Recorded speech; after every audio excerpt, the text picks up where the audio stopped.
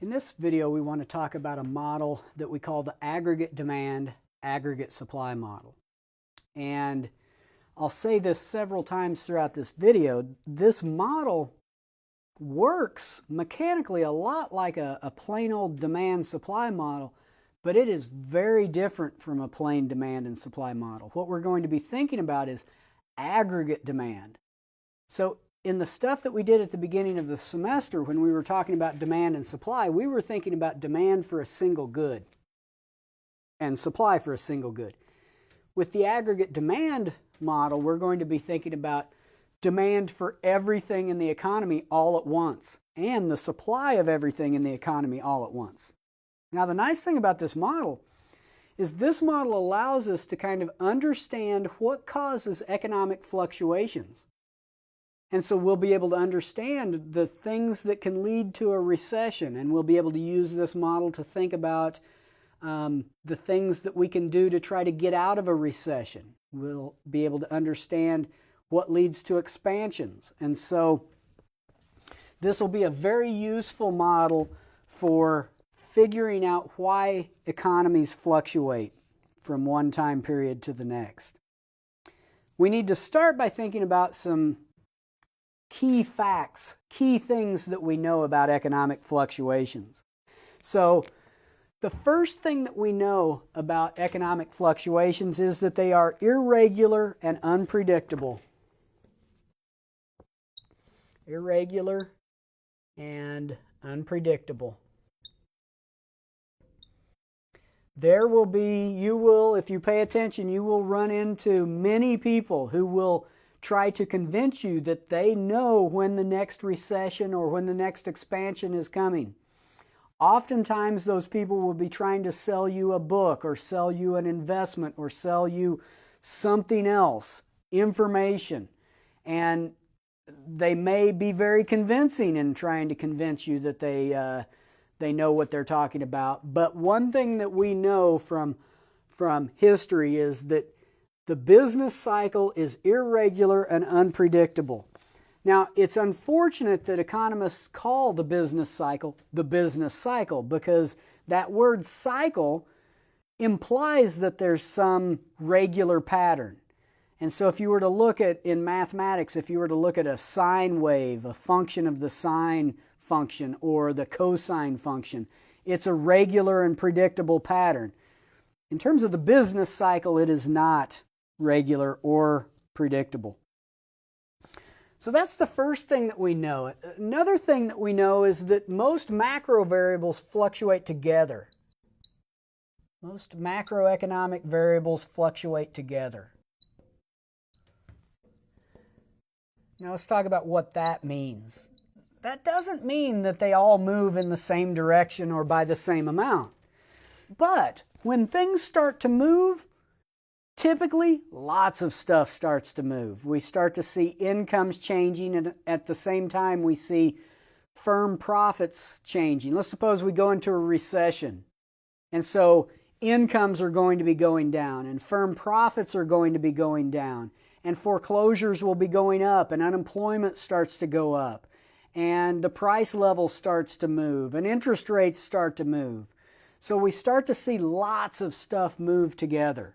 And again, not all of them move in the same direction, and they don't all move in the same amounts. And so that doesn't mean that as soon as you see one thing move, you know what's going to happen to the other things. It's challenging.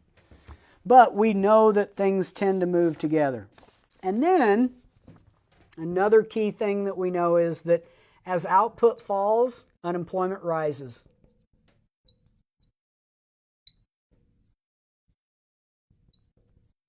As output falls, unemployment rises. Remember that we use output, GDP, to measure incomes. So we can think about this in terms of incomes. Output is how we measure income. As income falls, unemployment rises. Okay? So those are kind of three key things that we know historically about economic fluctuations. Now, let's talk about how we're going to use this model. This model is actually what we would call a short-run model. All of the things that we've talked about in this class up to this point, we've talked about in the long run. So those models where we were thinking about the demand and supply for loanable funds, or the things that caused unemployment to go up or down, all of those things were monetary neutrality. All of those things were long-run models. This aggregate demand, aggregate supply model is a short-run model. And this helps us understand what causes short-run fluctuations in an economy. It can be very useful. So our model focuses on the relationship between two things. So let's say it this way. This model focuses on the relationship between the price level and real GDP.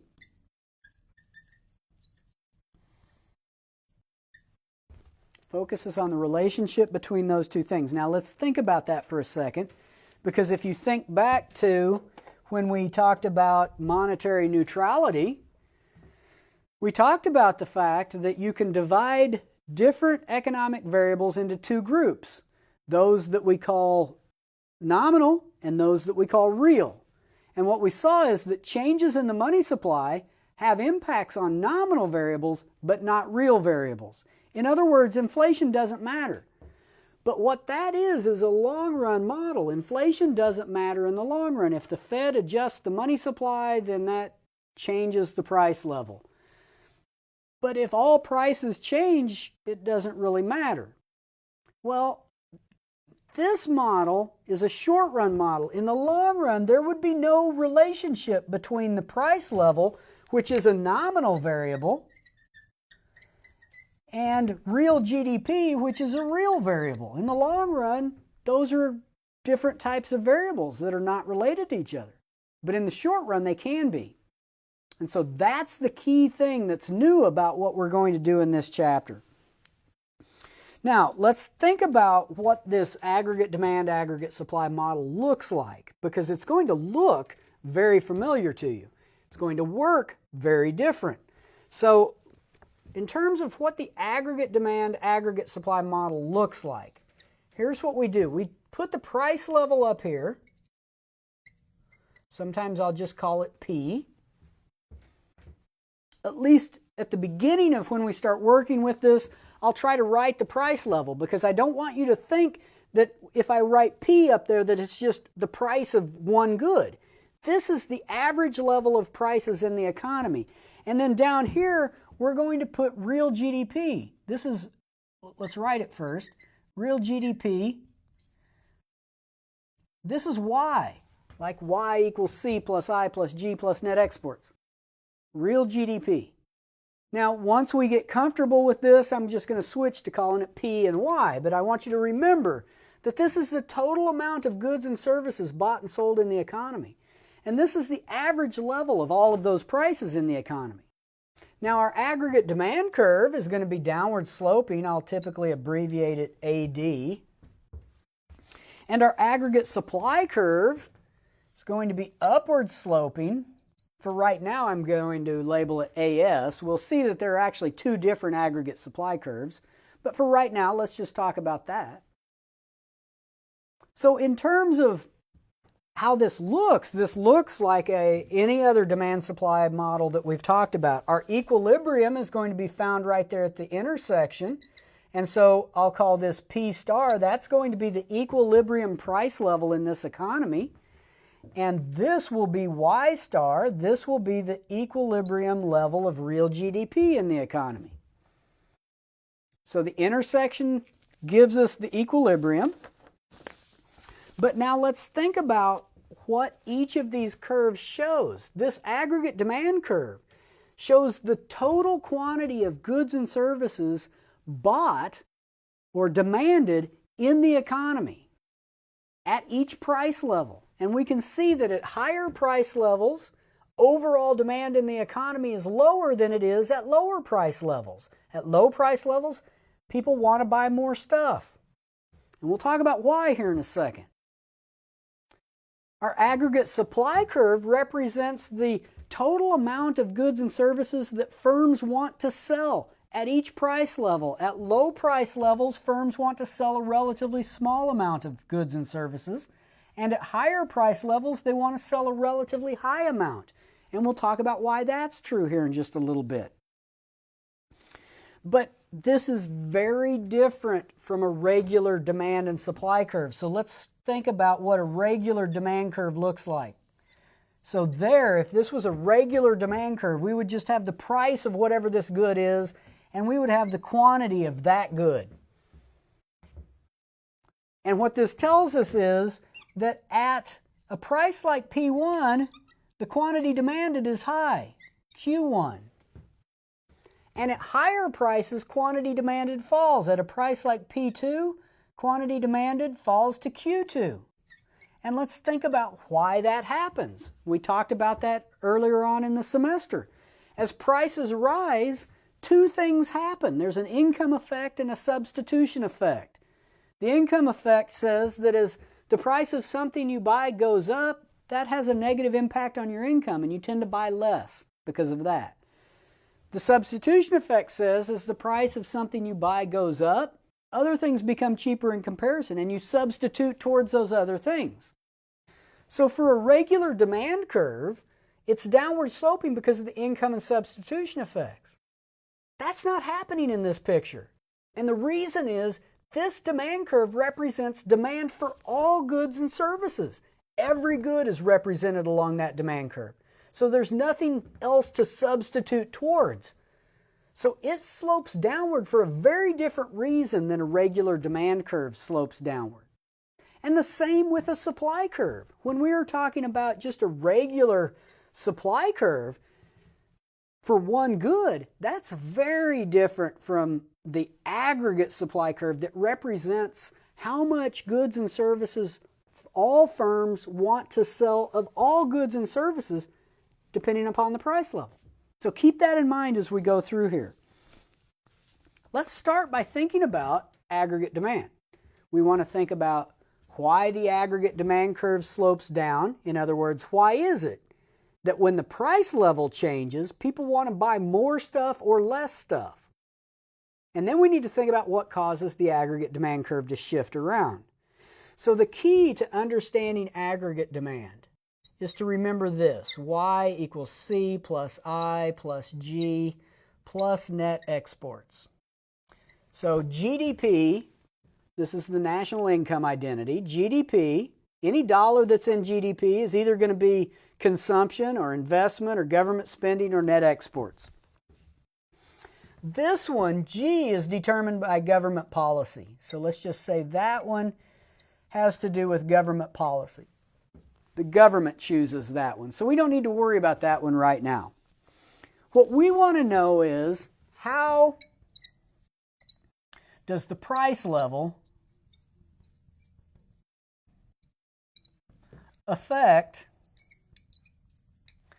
consumption, investment, and net exports? Why does the price level change the amount of goods and services that people want to consume? Why would the price level change the number of dollars that firms want to invest? Remember, investment is when firms buy buildings and equipment to make more output in the future. Why is it that the price level would change our net exports, which is exports minus imports?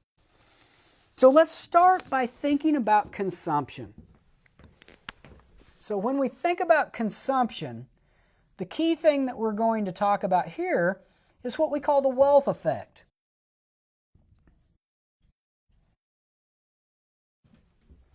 So here's what the wealth effect says. The wealth effect says that when prices fall, dollars are more valuable. When prices go down, your dollar buys more. And so consumers feel wealthier, and as a consequence, they buy more stuff. Okay? So a decrease in the price level will lead to an increase in consumption because of the wealth effect. Now, let's keep in mind this is a short-run model. In the long run, consumers would realize that if all prices change, then it's not just the prices of what they buy that's gone down, but the price of their labor has also gone down. But we're talking about the short run right now. Okay? So a decrease in the price level will increase consumption, and that means that because consumption is a part of real GDP, a decrease in the price level causes more goods and services in total to be demanded. Let's talk about now investment. And this is something that we're going to call the interest rate effect.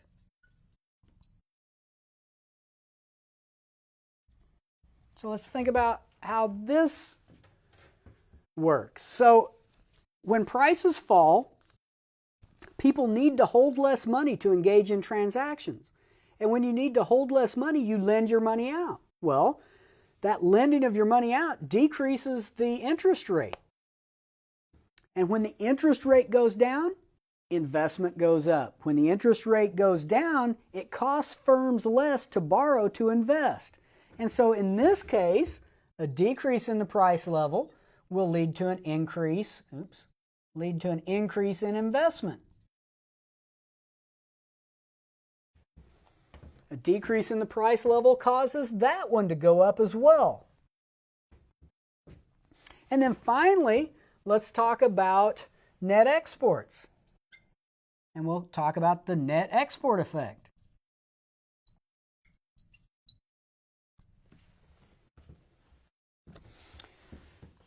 So with the net export effect, when prices fall, we just talked about the fact that interest rates are going to go down because people need to hold less money and they lend it out. Well, if interest rates go down, then people who are looking to save money by buying assets are going to look outside the country because interest rates in this country are going to be going down. So savers will be buying assets denominated in foreign dollars. And we could talk about how that causes the exchange rate to change, but let's just say that that causes the dollar to get weaker compared to other currencies. And when that happens, when foreigners' dollars get stronger compared to ours, or foreigners' currencies get stronger compared to ours, that stimulates our exports. So, a decrease in the price level causes an increase in net exports.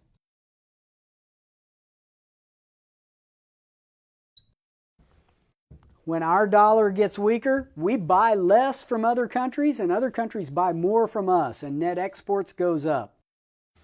So all three of these things, when the price level goes down, it causes consumption to go up, it causes investment to go up, it causes net exports to go up. So a decrease in the price level will lead to an increase in the amount of stuff that firms and households and other countries want to buy from us. So that helps you understand, hopefully, why the aggregate demand curve slopes downward. Now what we want to do is talk about why the aggregate demand curve might shift. So what we need to do now is focus on something other than the price level. Because we've got the price level here, then changes in the price level will move us to a new point on this aggregate demand curve.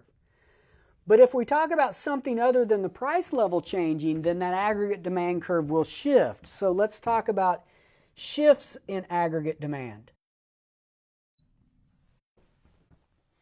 And the best way to think about shifts in aggregate demand, again, is to think about shifts that have to do with consumption, investment, government spending, net exports. Anytime you're thinking about aggregate demand, remember this national income identity.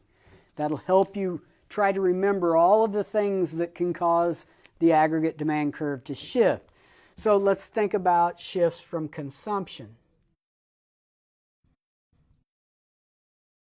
So what are the things that can cause consumption to change? So anything that causes people to be pessimistic or optimistic about the future. It's easier to think about people becoming pessimistic. So when people become pessimistic about the future, they quit spending their money. So anything like a terrorist attack or anything like a virus that causes people to be scared to go out, or something like a rule that says you can't go out and spend your money, you've got to stay in your house, clearly is going to decrease consumption. So we could think about pessimism. That can be caused by a war or virus, right? Or it could be some scandal in the White House or any of 1,000 other things, a terrorist attack. Let's put that.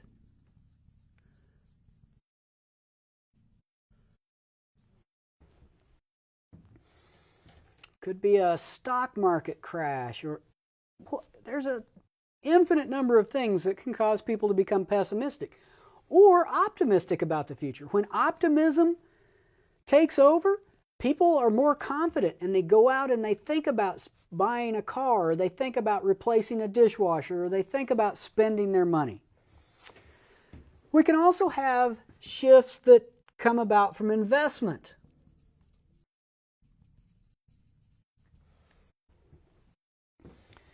This is very similar to consumption, except now with investment we're talking about firms.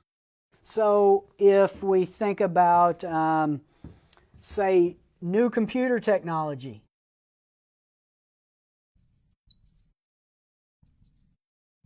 so if some new, let's say, faster processors are invented that would increase productivity, then firms will start to invest in that. But it can also be things like this, a virus, right? So, or the government just telling you that you can't operate your business. Well, if you can't operate your business is not going to be buying buildings or equipment. So, firms becoming pessimistic about the future, that will cause a shift in aggregate demand. It will change the amount of investment that firms engage in. We can think about, let's say, tax incentives. So if the government increases taxes, say income taxes for consumers or for firms, that leaves fewer dollars for consumers or firms to spend. And so an increase in taxes is going to decrease aggregate demand, or a decrease in taxes would increase it. We can also think about the money supply. Now, this one I'm not going to talk about, misspelled supply. I'm not going to talk about right now because we're going to spend our next chapter thinking about a lot about that one. So I'm just going to kind of sneak it in right here, and then we'll come back to that one later. We can also, and tax incentives, this applies to both investment and consumption. Let's go to government spending. Clearly, the government can decide to spend money on roads or whatever they want to spend money on, and an increase in G will cause the aggregate demand curve to shift to the right. A decrease in G will cause the aggregate demand curve to shift to the left. So the government could spend their money on buildings or new fighter jets or any of a million things that the government spends money on. Then we could have shifts from net exports.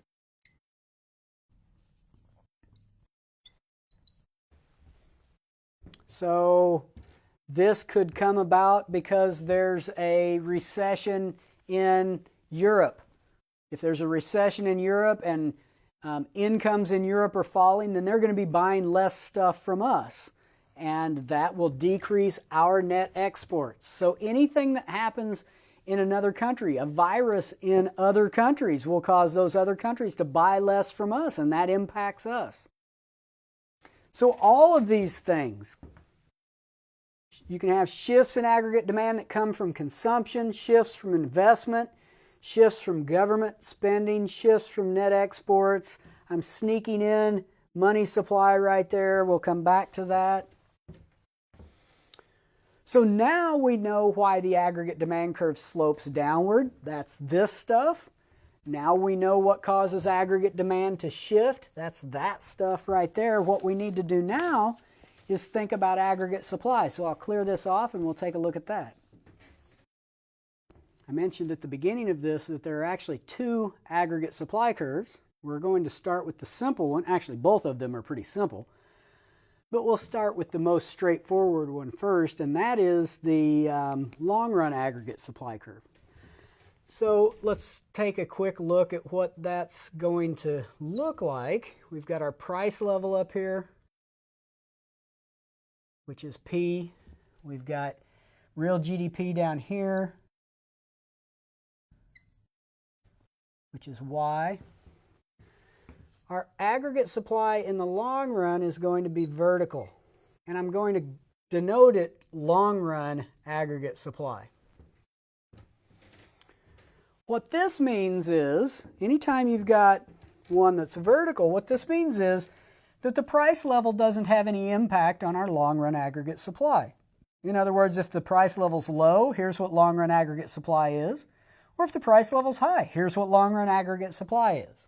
Okay? This really reflects that monetary neutrality that we talked about in an earlier video. The short-run aggregate supply is going to be upward sloping, but let's focus on this one right now. So in the long run,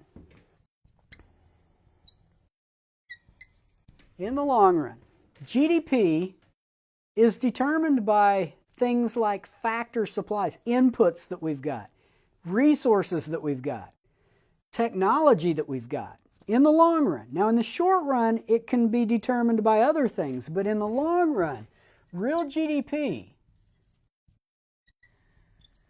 is determined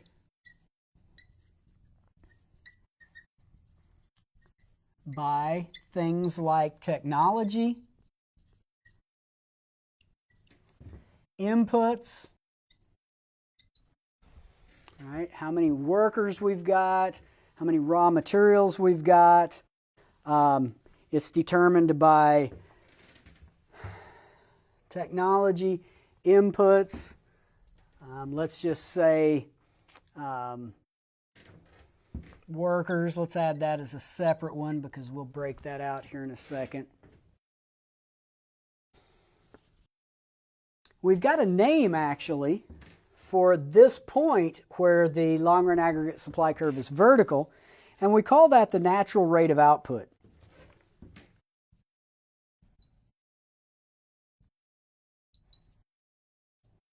Natural rate of output. That's the amount of stuff that we produce in the economy when the unemployment rate is at its natural rate. Remember, the natural rate of unemployment is not zero. There's always some unemployment in the economy. But that's our natural rate of output. So the amount of stuff that we can produce when the economy is operating at its natural rate of output, sometimes we call that full employment output. The amount of output that we can produce there is going to be determined by things like technology, inputs, workers, those kinds of things, not the price level.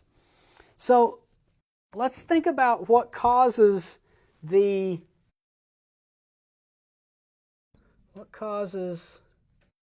long-run aggregate supply to shift.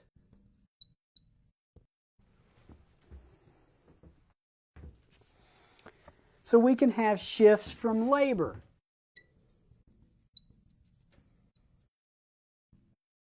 That's an important thing.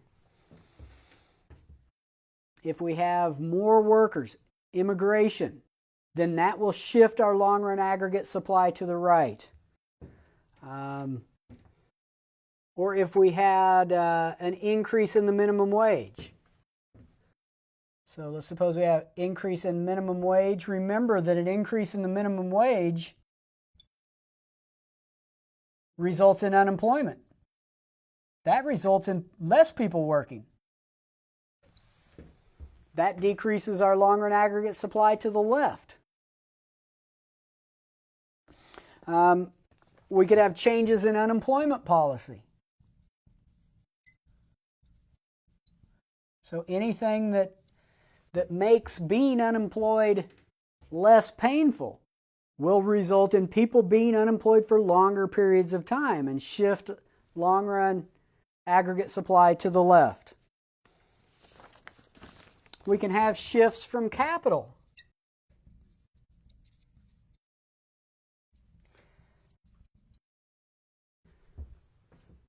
And this can be human or physical capital. So anything that increases the amount of capital, let's say an increase in the capital stock, will result in an increase in long-run aggregate supply. It allows us to produce more goods and services in the economy. We can have shifts from natural resources.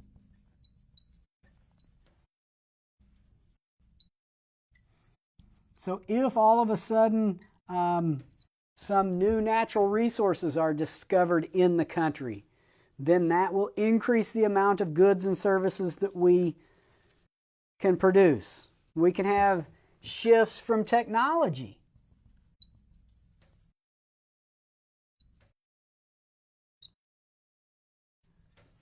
If we have a technology improvement, that can allow us to use the same natural resources and the same capital and the same labor, but be able to make more output. So all of those things can cause our long-run aggregate supply to increase. Now, with what we've got here, we've got aggregate demand, and now we've talked about aggregate supply. That allows us to help understand why we tend to observe changes in output and changes in the price level in the long run. So let's take a look at using this simple model to think about the effect of long-run growth in the economy and inflation. So let's draw a quick picture and put together the aggregate demand curve that we've got and that long-run aggregate supply. Up here we've got our price level, and down here we've got real GDP. So this is P, this is Y. Let's put our aggregate demand here. I'm going to call that aggregate demand curve 1, and we'll call this long-run aggregate supply 1. Our intersection is right here, so here's our initial price level and our initial level of real GDP.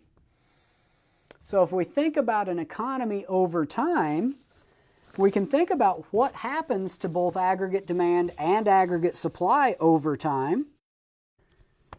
And what we tend to see over time is that the aggregate demand curve shifts to the right, and we tend to see long-run aggregate supply shift to the right.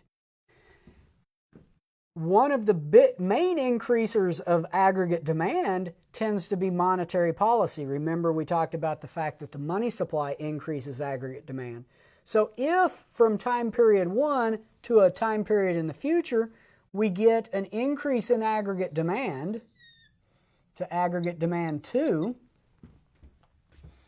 and we get an increase in long-run aggregate supply to long-run aggregate supply 2, then what we will observe over time is increases in real GDP, increases in incomes, real incomes, and inflation. And that's what we tend to see in the United States, especially over time. We tend to see that incomes, real incomes, have risen, and we tend to see inflation in the economy. And the sources of those things, at least we can use this model to help understand, the sources would be monetary policy that shifts aggregate demand and changes in technology that shifts long-run aggregate supply. What we need to do now is we need to take a look at short-run aggregate supply, and then we'll be able to see what happens, causes short-run fluctuations in the economy. So I'll clear this off and then we'll do that. So we've talked about the aggregate demand curve, and we've talked about the long-run aggregate supply curve. What we want to do now is think about the short-run aggregate supply curve. And it turns out that the short-run aggregate supply curve slopes upward. And so let's just take a quick look at what it looks like. So remember, we've got our price level up here. We've got the real level of GDP down here. Our short-run aggregate supply is going to look like this. It's going to be upward sloping. What this means is that at low price levels, there's a small quantity of goods and services available that all of the firms in the economy want to sell. And then at high price levels, all firms are going to want to sell more. So what we've got to think about is, why would a change in the price level cause firms to want to sell more or less? And so there are some ideas that economists have come up with to try to explain why this relationship might hold in the short run. And let me remind you, something I've reminded you of throughout this chapter, this is a short run model. In the long run, there wouldn't be any relationship between the two. And of course, that's what the long run aggregate supply curve shows. That's why the long run aggregate supply curve is vertical, because changes in the price level don't influence that natural rate of output. There are three potential explanations that economists have come up with that might explain this relationship. The first is what we're going to call the sticky wage theory.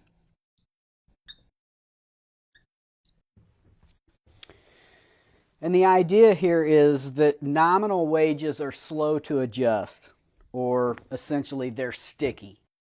Okay, so what this means is that if the price level rises while nominal wages are stuck, and those nominal wages might be stuck because of labor contracts. So maybe you agree to work at a particular job over the next year for a particular wage, that nominal wage. Let's say they're going to pay you a certain number of dollars per hour, or if you work for a salary, you're going to be working for, you're going to sign a contract that says, I'm going to work for X number of dollars for the next year. And then at the end of that year, you can renegotiate that contract.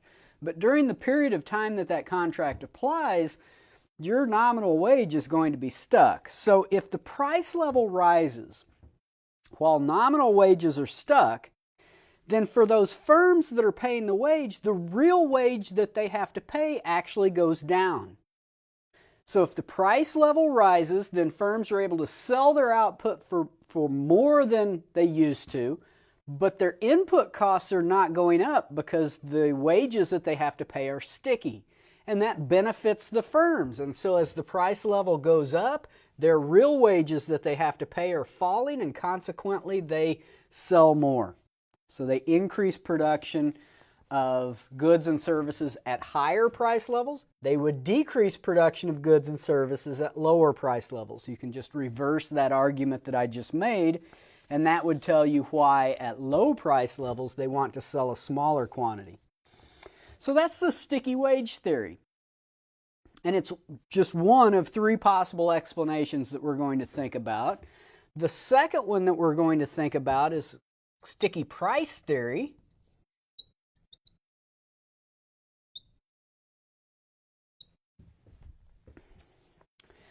And the idea here is that the prices of some goods and services are slow to adjust. So when economic conditions change, maybe it's because of something like menu costs for firms. Maybe it's costly for them to change their prices frequently, so they don't change them frequently. And so when the price level changes, some prices in the economy are just kind of sticky for a while.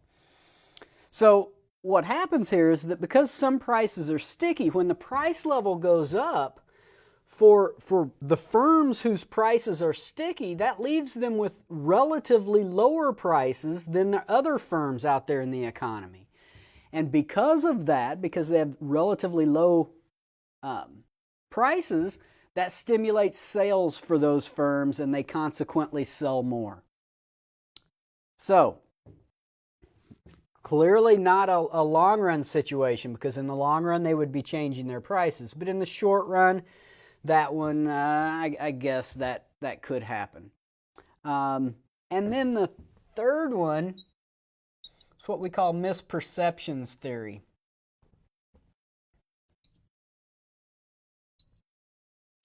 The idea behind the misperceptions theory is that a change in the price level causes firms to misperceive what's going on. So they perceive that change in the price level as a change in just their relative prices. They don't realize that all prices in the economy are going to be changing. So essentially they mistake a change in the overall price level for a change in their relative price. So when the price goes up, they don't realize it's inflation. They think that it's maybe increased demand for their product that's driving the price of their product up, and so they sell more. So if we think about these, if you were to ask me personally what I think about them, I find the sticky wage theory to be somewhat reasonable.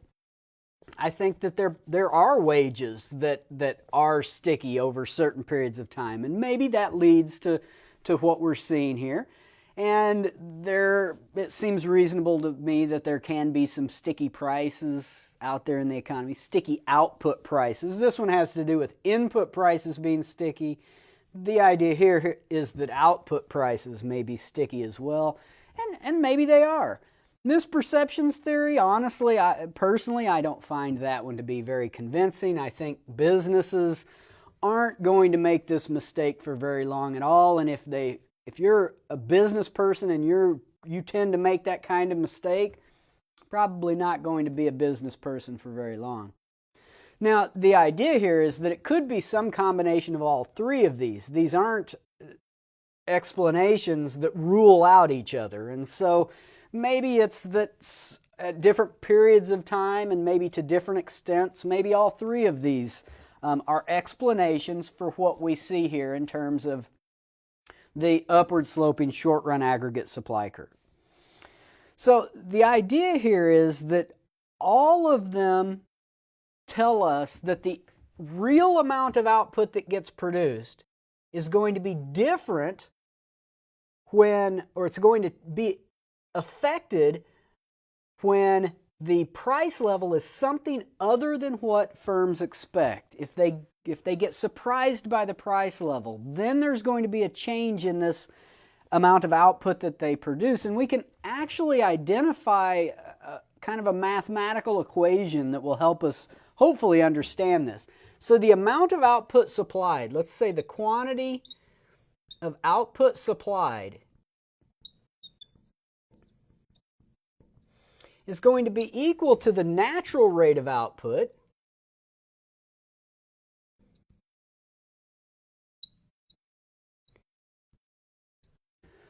plus A multiplied by a couple of things.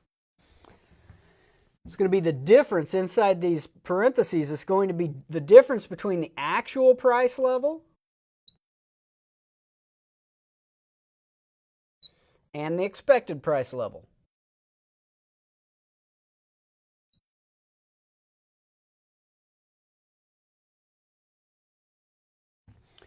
So let's think about what this means. If firms are right in terms of what they expect about the price level, if the actual price level turns out to be exactly what they expect, then the actual price level minus the expected price level, this term is going to be 0.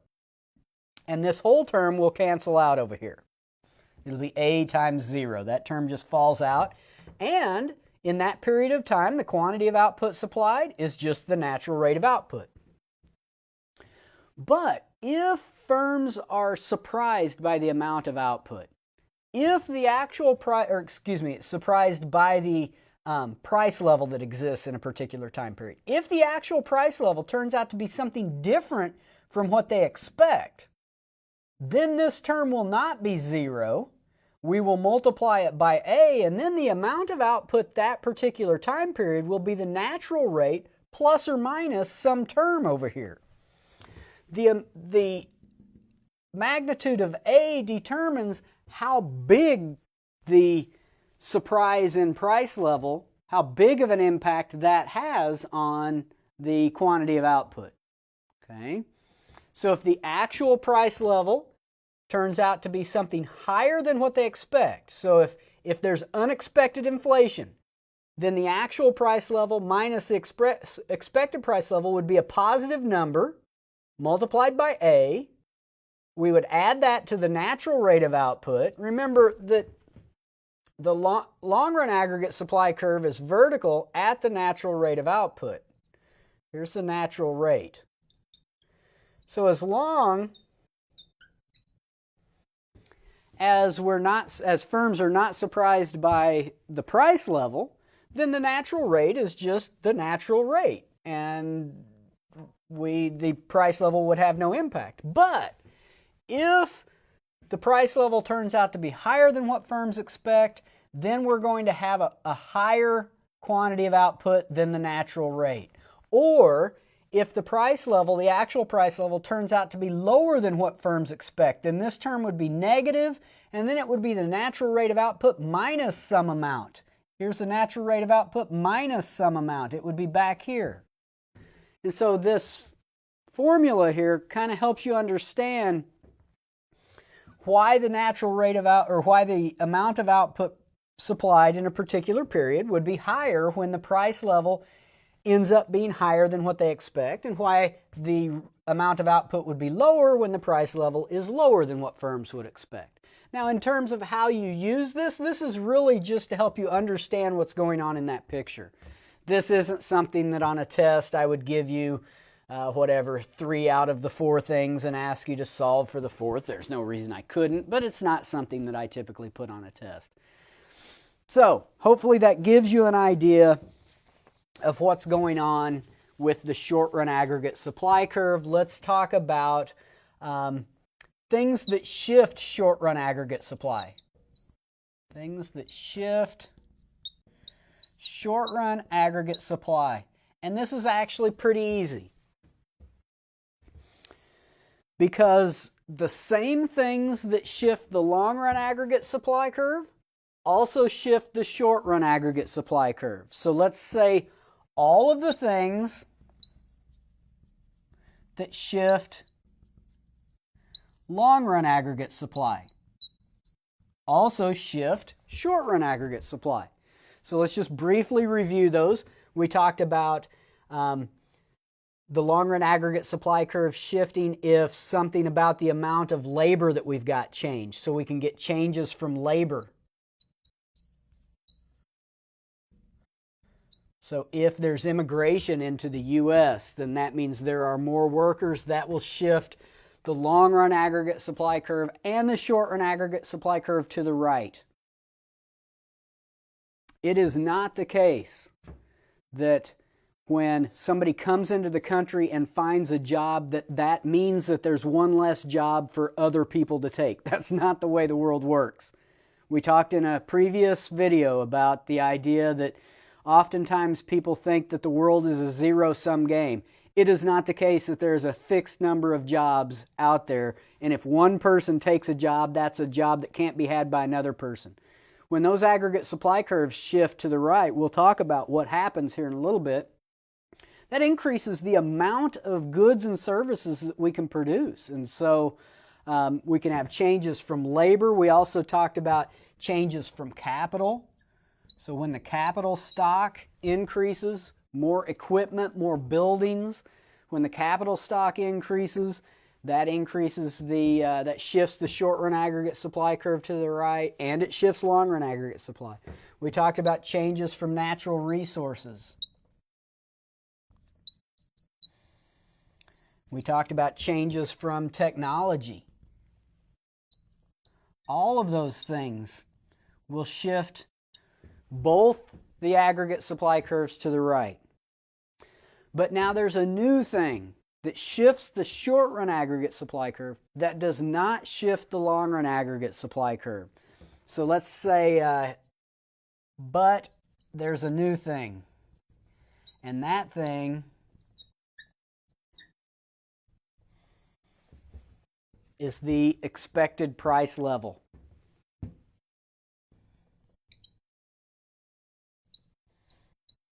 expected price level. When firms change their expectations about the price level, that will shift that short-run aggregate supply curve to the right. Now, that does not shift the long-run aggregate supply curve. We didn't talk about that when we were thinking about long-run aggregate supply, and the idea there is that long-run aggregate supply has to do with these things, real things. Short-run aggregate supply has to do with some real things, but also a nominal thing, a monetary thing. Okay? And the expected price level, the expected amount of inflation or deflation that we're going to experience. So here's the idea, here's the logic behind this. If, let's say there's an increase in the expected price level, increase in the expected price level, let's think about how firms will think about that. Increase in the expected price level. That's going to lead to firms expecting to have to pay more for inputs in the future. Firms expect to pay more for inputs. Oops. Firms expect to pay more for inputs.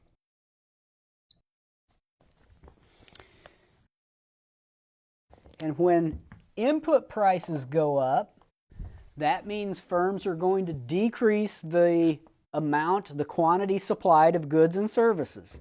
So this is going to lead to a decrease in quantity supplied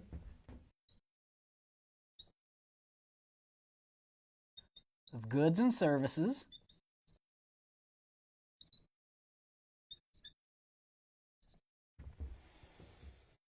And anytime there's a decrease in the quantity supplied of goods and services, short-run aggregate supply shifts to the left. Let's say decreases. Short-run aggregate supply decreases. So if firms expect a higher price level, then if we're looking at a short-run aggregate supply curve and it's sitting right there, short-run aggregate supply, we'll call it short-run aggregate supply 1. Here's the price level. Here's real GDP. If firms expect the price level to be higher in the